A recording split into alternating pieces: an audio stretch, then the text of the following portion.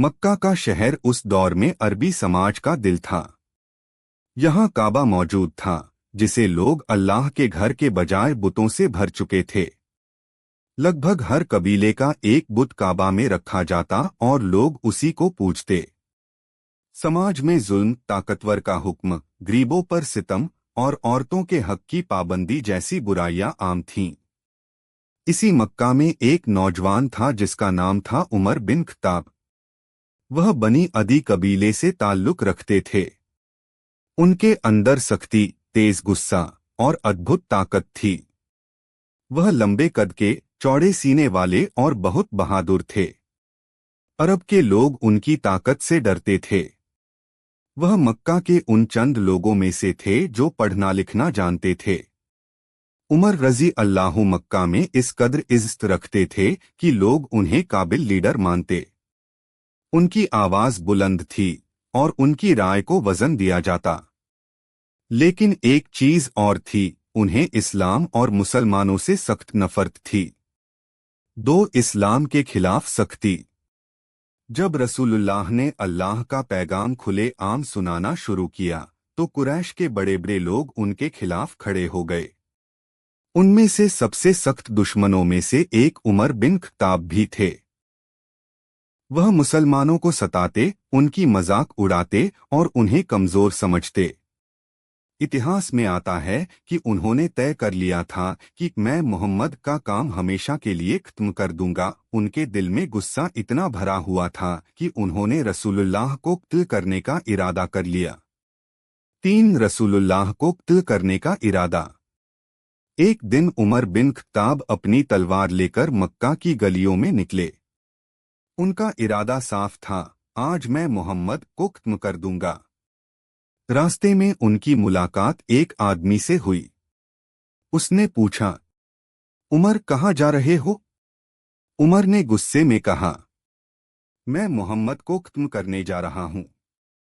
उसने हमारे दीन को तोड़ दिया, कौम को बांट दिया और हमारे बुतों की बेइज्जती की। वह आदमी बोला, उमर, पहले अपने घर की खबर लो। तुम्हारी बहन और तुम्हारे बहनोई तो मोहम्मद के दीन को कबूल कर चुके हैं। यह सुनते ही उमर का गुस्सा और बढ़ गया। अब वह सीधा अपनी बहन के घर की तरफ चल पड़ा। बहन के घर का वाकिया। हजरत उमर रजी अल्लाह फातिमा बिन्त खत्ताब और उनके शौहर सईद बिन जैद रजी अल्लाह मुसलमान हो चुके थे। उस वक्त उनके घर पर कुरान की तिलावत हो रही थी। हजरत खब्बाब बिन अरत रजी अल्लाह उन्हें कुरान पढ़ा रहे थे। जैसे ही उमर वहां पहुंचे, अंदर से कुरान की आवाज सुनाई दी। वह गुस्से से घर में दाखिल हुए और बोले, ये कैसी आवाज है जो मैं सुन रहा हूं? उनकी बहन और बहनोई डर गए। लेकिन उमर रजी अल्लाह ने उन्हें पकड़कर मारना शुरू कर दिया। यहाँ तक कि उनकी बहन ज़ख्मी हो गई और उसके चेहरे से खून निकल आया। यह देखकर उनकी बहन फातिमा ने हिम्मत से कहा, उमर, जो चाहो करो। हम मोहम्मद पर ईमान ला चुके हैं और अब किसी हाल में पीछे नहीं हटेंगे। यह सुनकर उमर के दिल पर गहरा असर हुआ। कुरान की आयत का असर। उमर ने कहा, वो किताब मुझे दिखाओ जो तुम पढ़ रहे थे। उनकी बहन ने कहा, तुम नापाक हो, पहले गुस्ल करो फिर इसको छो। उमर ने गुस्ल किया, फिर कुरान की आयतें उनके हाथ में दी गईं। वह सूरह ताहा की आयतें थीं।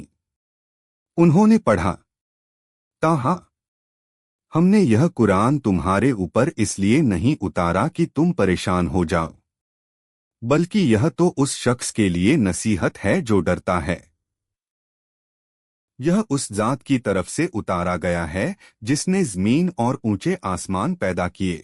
ये आयतें सुनते ही उमर का दिल कांप उठा। उनका सख्त दिल पिघल गया। उन्होंने कहा, यह कितनी प्यारी और सच्ची बातें हैं। उसी वक्त उनके दिल में हिदायत की रोशनी उतर गई। 6 रसूलुल्लाह के पास जाना। अब उमर का गुस्सा मिट चुका था। وہ سیدھا रसूलुल्लाह के घर पहुंचे जहां मुसलमान छिपकर इबादत कर रहे थे। जब उमर दरवाजे पर पहुंचे तो सब डर गए। किसी ने कहा, उमर आ गया है तलवार लेकर। लेकिन रसूलुल्लाह ने फरमाया, अगर अल्लाह ने उमर को हिदायत दी है तो उसका आना हमारे लिए बेहतरीन है। दरवाजा खोला गया। उमर अंदर आए और बोले, ए रसूलुल्लाह, मैं गवाही देता हूं कि अल्लाह के सिवा कोई माबूद नहीं और आप अल्लाह के रसूल हैं। यह सुनकर सब मुसलमानों ने अल्लाहु अकबर पुकारा। उनकी आवाज मक्का की गलियों में गूंज उठी। 7. इस्लाम में उमर रजी अल्लाह का किरदार। इस्लाम कबूल करने के बाद उमर रजी अल्लाह इस्लाम की सबसे बड़ी ताकत बन गए। वह खुले आम नमाज पढ़ते, लोगों के सामने इस्लाम की दावत देते और मुसलमानों की हिम्मत बढ़ाते। उनकी शख्सियत ऐसी थी कि दुश्मन भी उनका सामना करने से डरते। जब तक वह जुल्म पर थे, लोग डरते थे। जब इस्लाम पर आ गए तो लोग इस्लाम की ताकत से डरने लगे। 8. सबक और इबरत। इस वाकया से हमें बहुत बड़ी सीख मिलती है। अल्लाह जब चाहे सबसे सख्त दिल को भी हिदायत दे सकता है। हमें कभी भी किसी के बारे में मायूस नहीं होना चाहिए। सच्चाई और ईमानदारी एक इंसान की जिंदगी बदल सकती है। कुरान की आयतों में वह ताकत है जो दिल को बदल देती है। आज की जिंदगी के लिए पैगाम।